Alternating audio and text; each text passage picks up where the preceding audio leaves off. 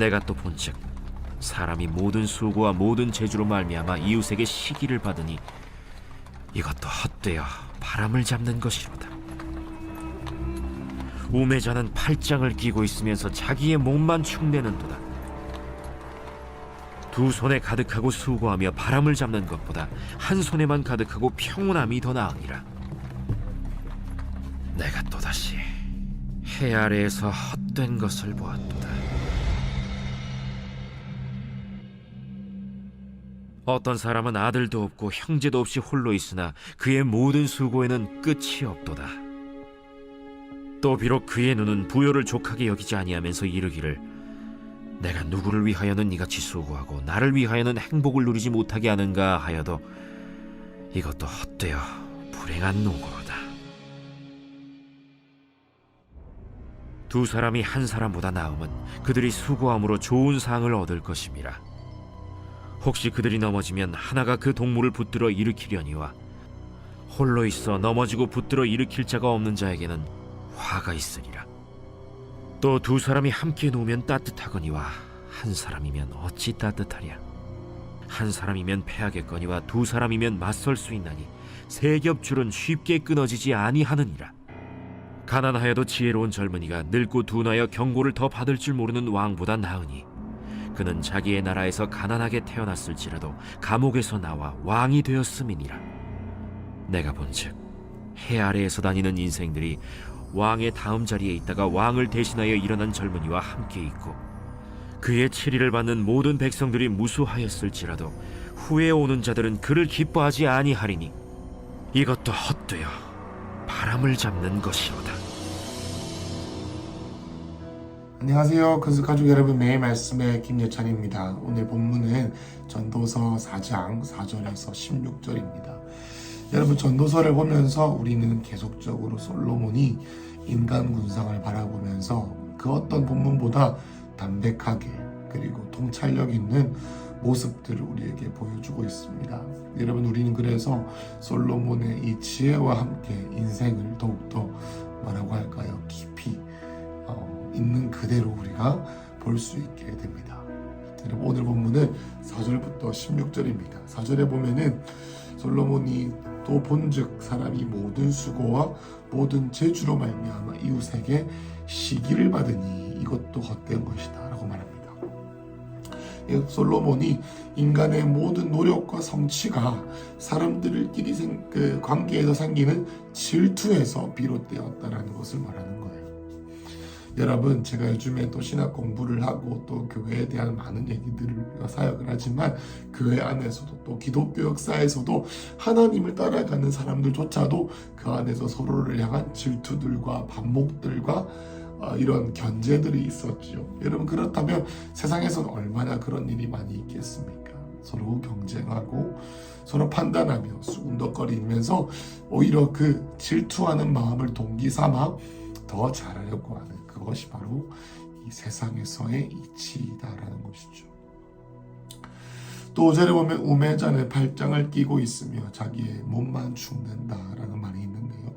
여러분, 이것은 뭐냐면 우매자, 이 어리석은 자가 팔짱을 끼고 앉으면서 자기의 몸을 축낸다라는 것은 팔짱을 끼고 아무것도 하지 않고 게으르게 그 자리에 있으면서 자기를 상하게 한다, 자기를 죽인다, 마치 게으름뱅이가 아무것도 하지 않는다는 이 게으름이 어리석인 것이고 그 어리석음 때문에 그가 마치 죽어가는 사람이다, 마치 자기 자신을 갉아먹는 그러한 어리석은 사람이다라는 것을 5절에서는 말하고 있고요.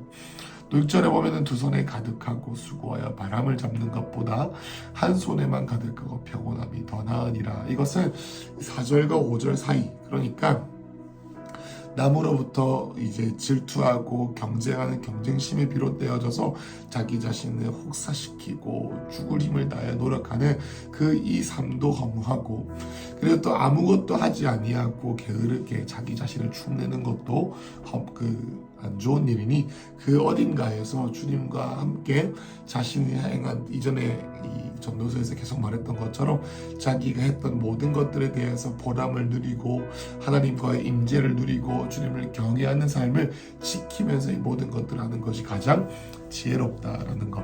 그래서 두 손에 가득하여 바람을 잡는 것보다 한 손에 가득하고 평온함이 가득한, 아무것도 안 하는 것도 아니고 그리고 또 자기 자신을 혹사시키는 것도 아니라 주님 안에서 어떻게 해요?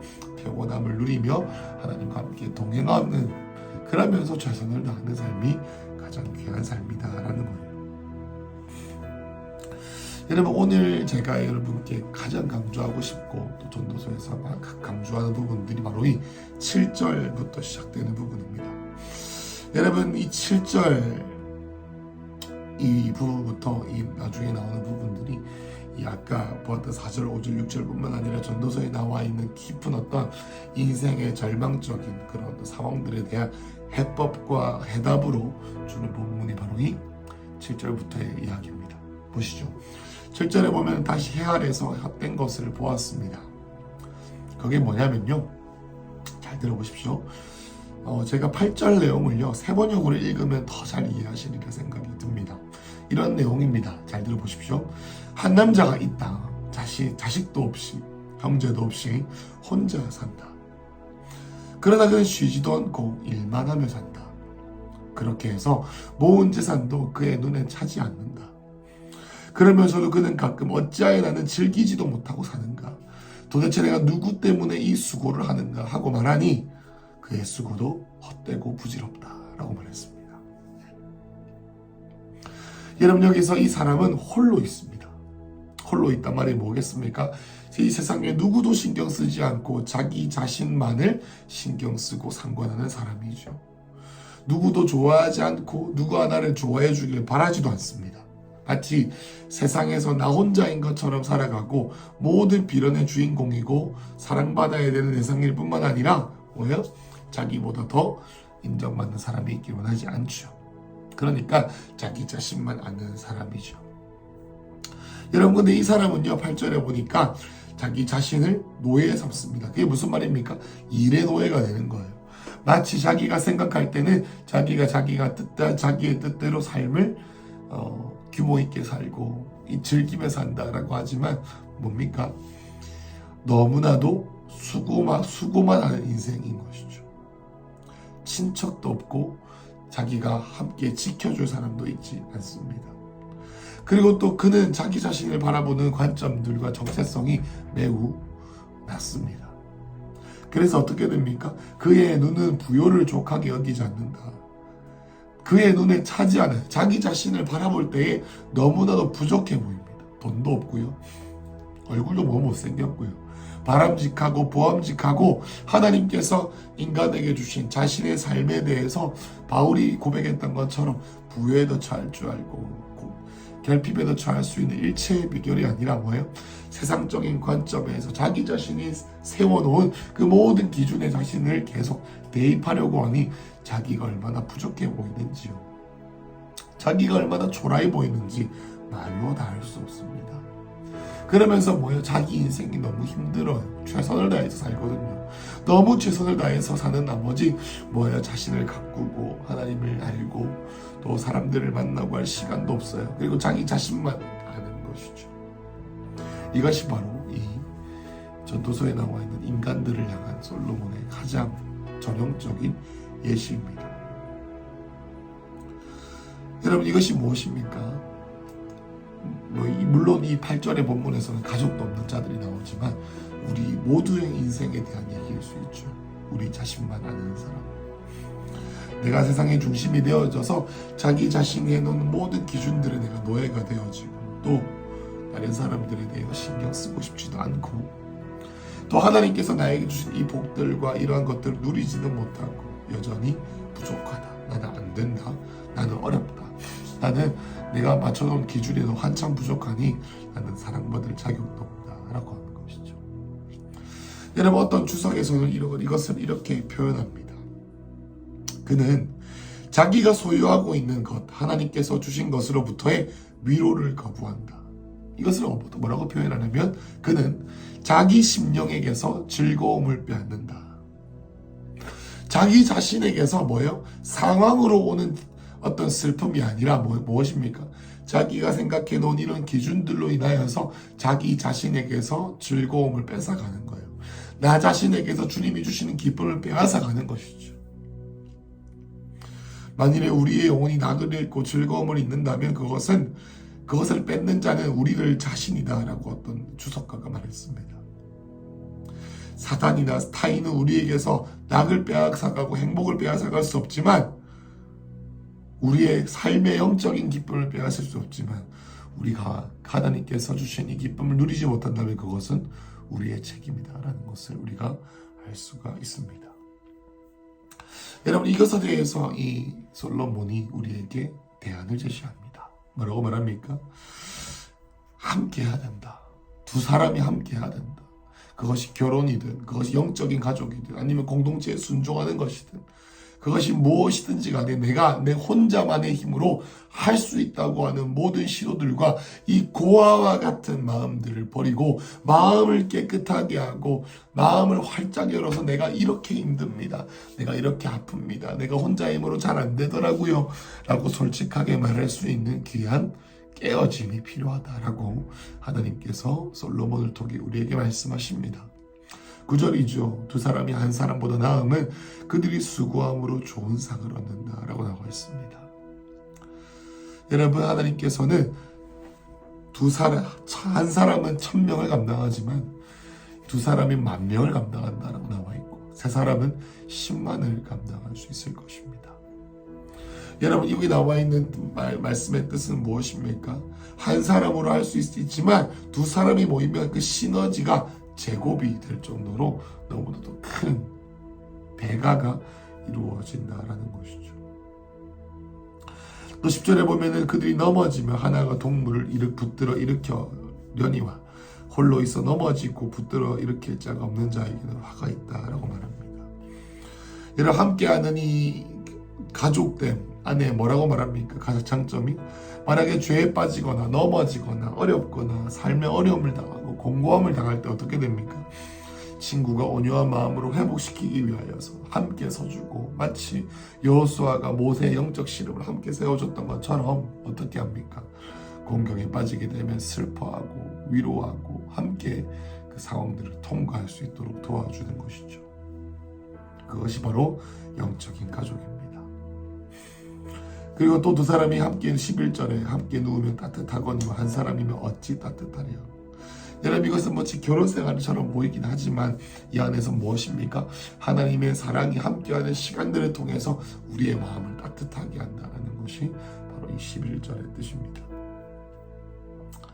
여러분, 그러면서 가장 중요한 이 유명한 이 말씀, 한 사람이면 패하겠거니와 두 사람이면 맞설 수 있나니 세 겹줄로 쉽게 끊어지지 않는다라고 나와 있습니다. 여러분, 우리는 엄청 오랫동안 이 말씀을 기억할 때 둘보다는 셋이 나으니 셋이 함께 기도하자라고 우리가 많이들 생각하고 또 그 해석이 맞습니다.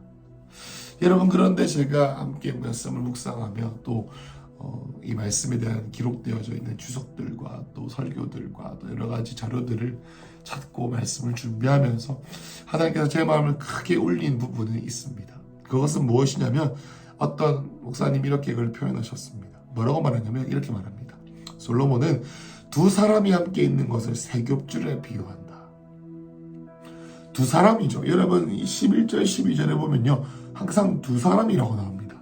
10절도요 두 사람이라고 말하고요, 9절에서도 두 사람에 대한 얘기가 나옵니다. 홀로 있는 것이 어려우니 두 사람이 같다라고 말을 해요. 그런데 갑자기 12절에는 잘 보세요. 한 사람이면 패하겠거니와 두 사람이면 맞설 수 있나니 세 겹줄은 쉽게 끊어지지 않는. 여기서 말하는 솔로몬의 비유는 한 사람보다는 두 사람이 낫다는 것인데, 왜 근데 이것을 세 사람으로 말했을까요? 여러분, 그것은 이 주석, 제가 봤던 주석에는 이렇게 말을 합니다. 그는 솔로몬은 두 사람이 함께 있는 것을 세 겹줄에 비유한다. 왜냐하면 거룩한 사랑과 우정 안에 연결되어져 있는 가족됨을 누리는 이 두 사람에게는 그리스도께서 성령으로 오셔서 세 번째 사람이 되시기 때문이다. 무슨 말입니까? 두 사람이 있지만 그것이 세 겹줄인 이유는 둘이 함께 있는 그 자리에 주님이 함께 하신다는 겁니다. 예수님 말씀하셨죠. 두세 사람이 내 이름으로 모인 곳에 내가 그들과 함께 하겠다. 그리고 또 다니엘의 세 친구들, 여러분 다 이 풀무불에 들어갔죠. 여러분 풀무불에는 다니엘이 들어가지 않았고 다니엘의 세 친구가 들어갔습니다. 사드락, 이삭, 메삭, 아벳느고죠.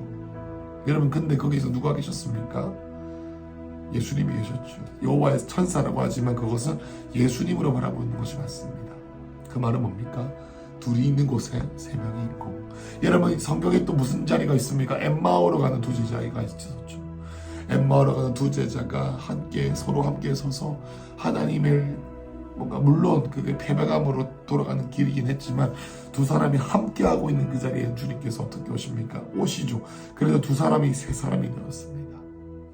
그리고 다니엘의 세 친구가 있는 곳에 예수님 함께 하심으로 네 명이 되었죠. 무엇입니까? 우리가 함께하는 그 우정의 자리, 가족됨의 자리 가운데 주님이 오셔서 우리를 끊어지지 않게 하시고 임마누엘이신 주님이 우리 가운데 거하신다라는 겁니다. 여러분 이 진리가 우리 가운데 깨달아지시길 축복합니다. 저는 솔로몬이 이것을 보았다라고 생각합니다. 무엇입니까? 해 아래 새 것이 없고 해 아래 내가 잡으려고 하는 수많은 것들이 질투든 게으름이든 뭐 어떤 것이든 간에 왕으로 태어나도 또 이 보면은요 15절 16절에 보면은 모든 왕들이요 있어도 그 후대 왕들이 있기 때문에 자기가 잡는 모든 시도들이 허무하다라고 말했습니다. 세상의 모든 부귀영화를 누렸던 솔로몬도 이렇게 말하는 겁니다. 허무하다고요. 무질이 없다고요. 그런데 여기서 뭐를 말하는 겁니까? 솔로몬이 함께하는 다에서의 기쁨을 누리는 것이 인생의 참 기쁨이다라고 말하는 겁니다. 여러분 우리는 신앙생활을 하면서도 우리는 많은 영적인 가족들로부터 우리를 고립시킵니다. 왜요? 내 기준이 너무 높기 때문이에요.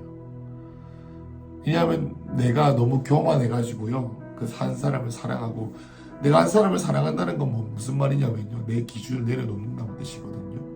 내가 죽어야 됩니다. 여러분 저도 이 하나님의 사람들과 함께 교제하고 소통하고 가족됨으로 걸어가면서 하나님께서 저에게 주시는 마음은 나의 기준을 말하는 것이 아니라 내 기준을 죽고 그 사람과 가족들을 품어주는 것이 참 사랑이다라고 주님께서 말씀하십니다.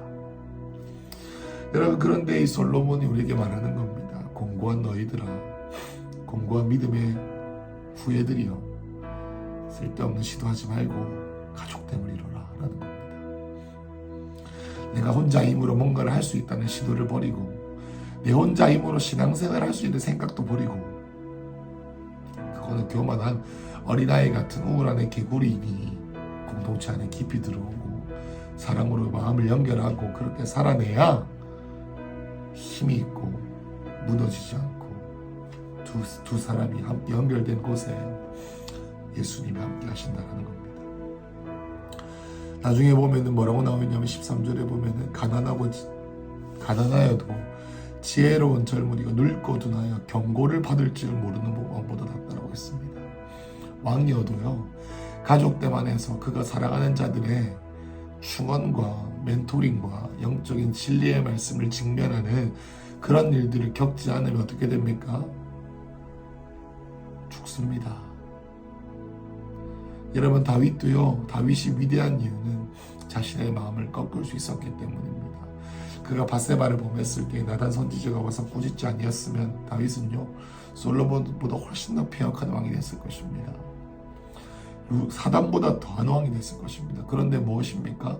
다윗에게는 이 마음이 있었던 거예요. 왕이 되어도 나이가 들어도 마음을 부드럽게 하는 그런 관계 가운데 자신을 위탁하는 겁니다. 깨어진 마음으로 말이죠. 여러분 그러한 부분에서 이 교회가 영적 가족이 되어야 됩니다. 가면을 쓰고 나는 썩어져 가고 있고 사고 있는 상처들 가운데 나 너무 힘들어 죽겠어라고 말하고 싶은 게 이까지 있는데 한국 사람들 예의 체면치레 때문에 말하지도 못하고 내가 얼마나 깨어졌는지 말하지 못하는 이 상황들, 그것으로부터 자유케 되어 두 사람이 함께하는 이 하나님의 가족됨의 세계로 또 들어오시길 축복합니다. 여러분 혼자가 아닙니다. 여러분 솔로몬이 여기서 얼마나 절망적으로 인생을 바라봅니까? 그런데 솔로몬이 인생에 던지는 해답이 있습니다. 그게 뭡니까? 하나됨입니다. 가족들이 하나됨입니다. 영적인 가족들이 하나됨입니다. 부부가 하나됨입니다. 가족들이 하나됨인 것이죠. 여러분, 그래서 우리는 생각해야 합니다. 가족됨의 하나됨은 우리가 생각하는 것보다 훨씬 더 높은 차원의 영적 수준이고 하기 어려우니 우리가 이 땅에 사는 동안 꼭 해야 된다. 선교하고 전도하는 것처럼 노력하고 우리가 시도해야 되는 것이 뭐냐면 이 하나됨을 이루는 것이다라는 것이죠. 그래서 여러분, 오늘 이 시간들을 통해서 오늘 하루 사랑하는 사람들에게 연락합시다. 그래서 뭐랄까 그냥 잘 지내지 이런 거 말고요. 여러분의 힘듦을 나눠보십시오. 여러분의 깨어짐을 나눠보십시오. 여러분의 고민을 나눠보십시오. 척하지 마시고요. 잘하는 척 말고요. 얼마나 자기가 곤고한지, 얼마나 내가 지금 하나님 앞에 깨어지고 있는지, 안 되는지 이것을 먼저 깨뜨리고 나아갈 때 얼마나 이 깨어짐을 통해 주님께서 역사하시는지 모르겠습니다.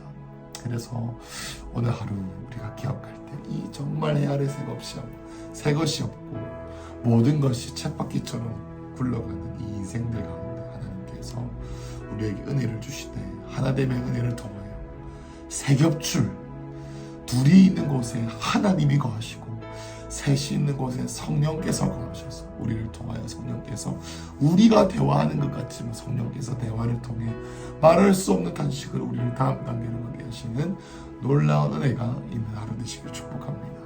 기도하겠습니다. 하나님, 우리가 너무 오랫동안 고아처럼 교만하게 있었습니다.